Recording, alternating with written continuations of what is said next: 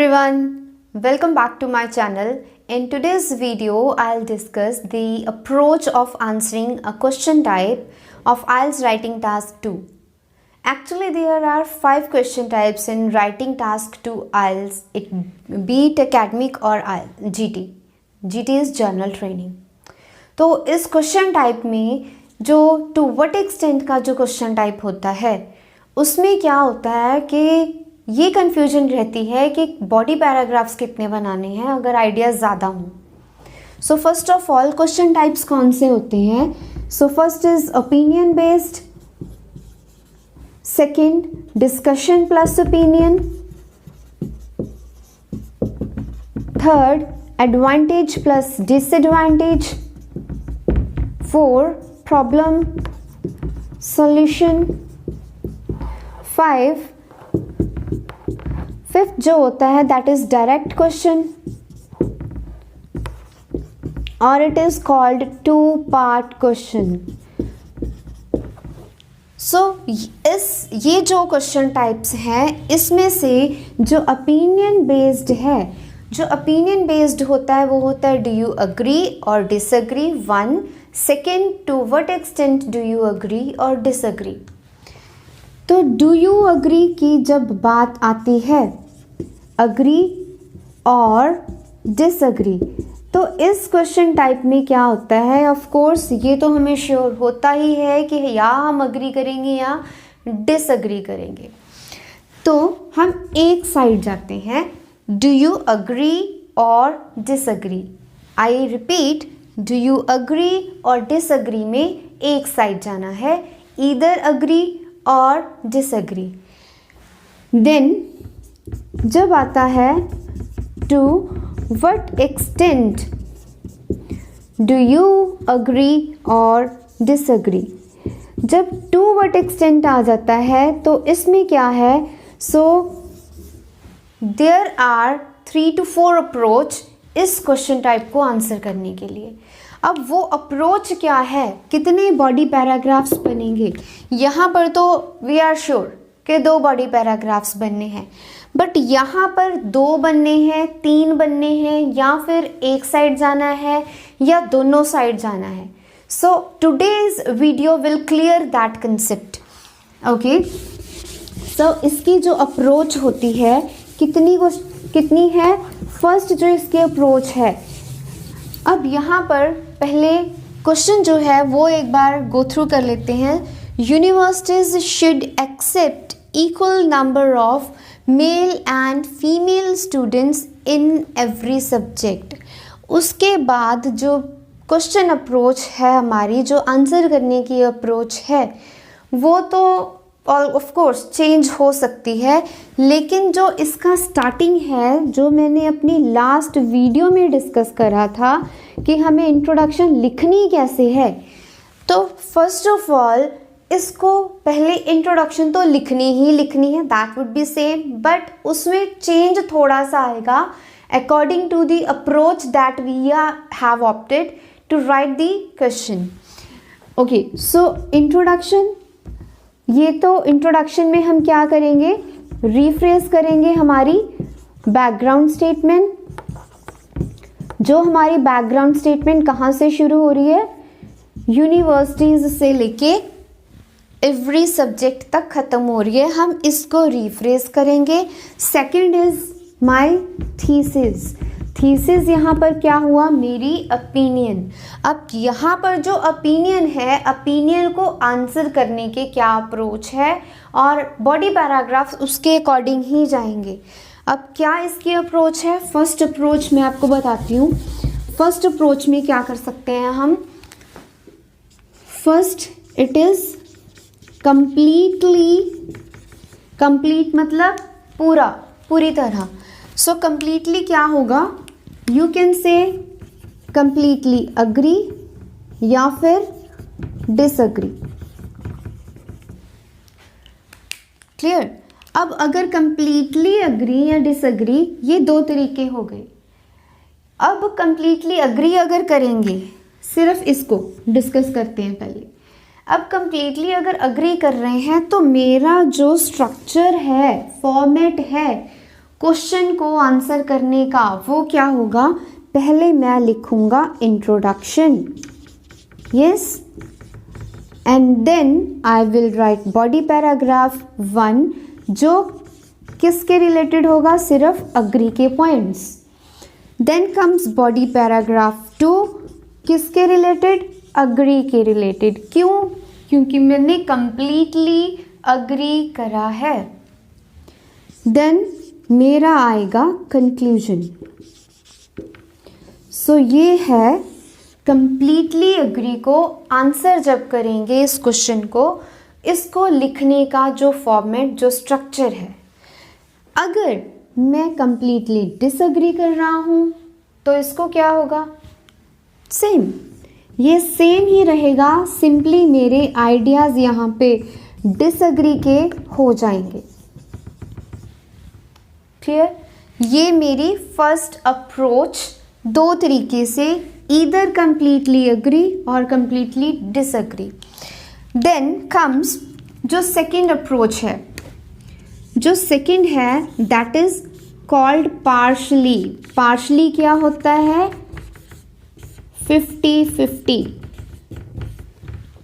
Partially वाली approach 50-50, 50-50 means half इस side half उस साइड। एक देसी सा तरीका आपको समझाने के लिए, जैसे एडवांटेज डिसएडवांटेज दोनों पूछे हैं तो मैंने एडवांटेज भी आंसर करने हैं, उसमें डिसएडवांटेज भी। तो उसके लिए आई will write body paragraph 1 advantages, body paragraph 2 disadvantages. Clear, so this is just an example, leave it side, अब इसको रख दो साइड पे।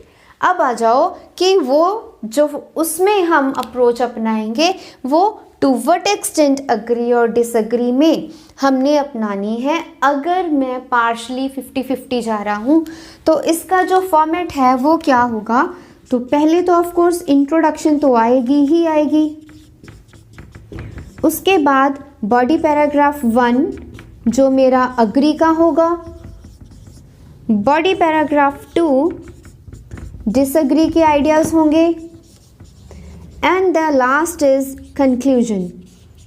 तो ये जो लास्ट है वो कंक्लूजन होगा। तो इसके अकॉर्डिंग ही जो इंट्रोडक्शन, यहाँ पर जो इंट्रोडक्शन देंगे हम, इस इंट्रोडक्शन में इसके अकॉर्डिंग मेरी जो थीसिस, यहाँ पर मैंने आपको बताया था रिफ्रेज करने के बाद जो मेरी थीसिस है वो चेंज हो जाएगी। वैसे ही अगर मैं यहाँ पर 50-50 कर रहा हूँ तो मेरा जो आंसर करने का जो तरीका है वो थीसिस का बदल जाएगा। यहाँ पर आई पार्शली और it is partially agreed with the statement. Partially क्या हो गया, 50-50। यहाँ पर थीसिस क्या हो गई, आई completely or I firmly believe, I completely agree with this statement, या I firmly believe this. So let me write down that as well so that you can make sure कि इसको लिखना कैसे है। अब थीसिस देखो, इंट्रोडक्शन में first rephrasing तो सेम ही हो गई, लेकिन थीसिस कंप्लीटली अग्री की क्या हो गई, I completely agree with this notion, या फिर अगर आप completely disagree करोगे तो मेरी थीसिस क्या हो जाएगी, completely disagree। ये completely के लिए है, लेकिन अब अगर ये मैंने 50-50 करना है तो मेरी थीसिस क्या होगी। देखो इंट्रोडक्शन में अगेन आई रिपीट, पहला जो सेंटेंस है वो ये तो सेम ही रहेगा, जो हम रीफ्रेज करेंगे same in the sense rephrase, यहाँ पर ये थीसिस ही चेंज हो रही है। जो बैकग्राउंड स्टेटमेंट है उसको रीफ्रेज जो करेंगे, चाहे वो ये अप्रोच अपनाएं चाहे ये अपनाएं, मेरी जो बैकग्राउंड स्टेटमेंट है रीफ्रेज होगी, वो सब में सेम ही होगी। सिर्फ मेरी थीसिस, मेरा जो ओपिनियन है उसको आंसर करने का वो चेंज होगा। क्लियर, तो यहाँ पर अगर मैं 50-50 जा रहा हूँ तो 50-50 के लिए थीसिस क्या होगी, इट इज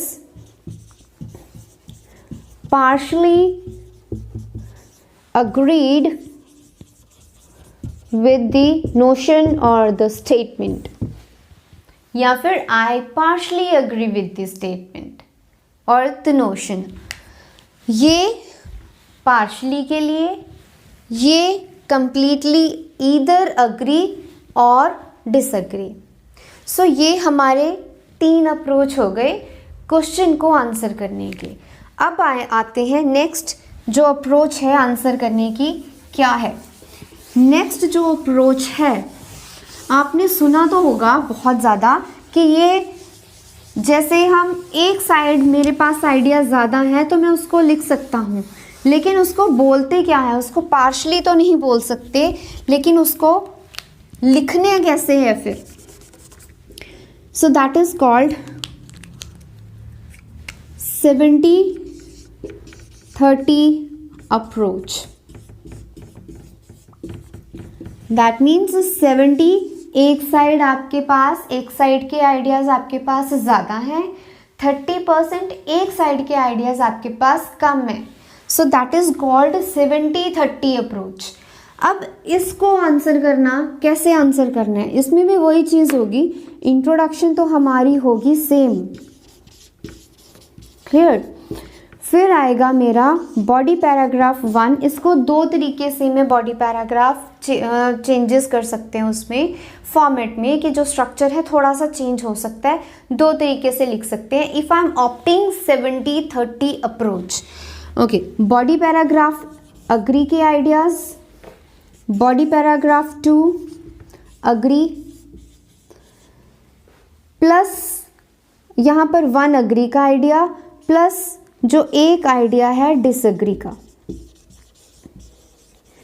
यहाँ पर क्या कर सकते हैं, अगर एक आइडिया लिखोगे आप तो उसके पीप मेथड की तरह भी यूज़ कर सकते हो, या आप इसको 2 आइडियाज़ भी लिख सकते हो. That means first idea, second idea agree का अगर 2 हैं, body paragraph 1, then body paragraph 2 again the third idea of agree. Body paragraph 2 में ही एक आइडिया डिसअग्री का. जो हम डिसअग्री का आइडिया देंगे, यहाँ पर I can use the linker to make it sure that I am writing the opposite side now. So ये हो गया मेरा 70-30. 70 मतलब क्या हुआ, ये वाले आइडियाज़ ज़्यादा हैं आपके पास, ये वाला कम है. सो अगर ऐसा ही आपके पास डिसअग्री के आइडियाज़ ज़्यादा हों तो आप वैसे ही कर सकते हो, डिसअग्री के आइडिया आप ज़्यादा लिख दो, क्लियर, या यहाँ पर भी डिसअग्री और plus agree. So this is the way to answer this, clear. अब इसके बाद आएगा conclusion. So this is the way to answer this 70-30 approach. ये एक तरीका था. और कौन सा तरीका है, that is called like you can add body paragraph 3, that is optional. It is entirely up to your opinion the way you want to answer. So वो तरीका क्या है, I am not okay, I will not erase it. Reason मैं इसको थोड़ा सा रब नहीं करूँगी so that you can make sure कि ये चेंजेस कैसे हो सकते हैं. अब इसमें जो दूसरा तरीका है 70-30 वाला, 70-30 का क्या तरीका है कि पहले इंट्रोडक्शन के बाद बॉडी पैराग्राफ 1, वो अग्री की साइड पे जा रहे हो आप. Okay, body paragraph 2 agree, body paragraph 3 disagree. So it can be other side as well, disagree, disagree, agree. So this body paragraph 3 if you are framing, तो इसकी लेंथ जो होगी इन दोनों बॉडी पैराग्राफ से कम होगी. ये दोनों बॉडी पैराग्राफ की लेंथ सेम होती है, फिर बॉडी पैराग्राफ 3 की लेंथ उतनी नहीं होती है. And then conclusion. This is all about to answer 70-30 approach को 2 तरीके से कैसे हम आंसर कर सकते हैं कौन से क्वेश्चन टाइप को? To what extent do you agree और डिसअग्री को।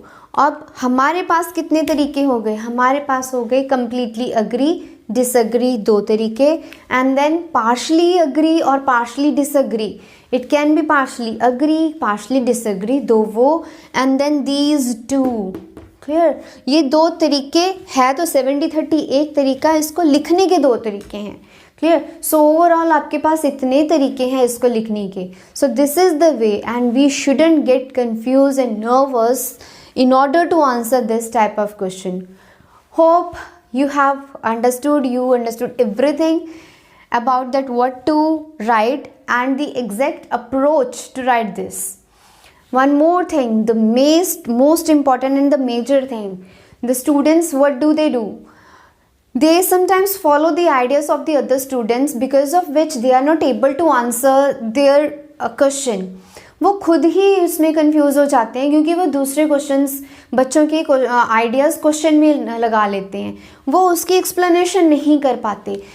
इट माइट बी उस पर्सन को जो सही लग रहा है आपको नहीं सही लग रहा, तो आप इसमें वो चीज़ तब तक नहीं लिखोगे जब तक आप खुद अपने माइंड से प्रिपेयर नहीं हो कि नहीं ये चीज़ तो हो ही नहीं सकती है, तो वो चीज़ आप नहीं लिखोगे जिसमें आपको डाउट है। लेट द अदर पर्सन और the student right about that task, but you of course will not. Reason, वो आपका स्कोर जाएगा डाउन, आप उसको एक्सप्लेन कर ही नहीं पाओगे।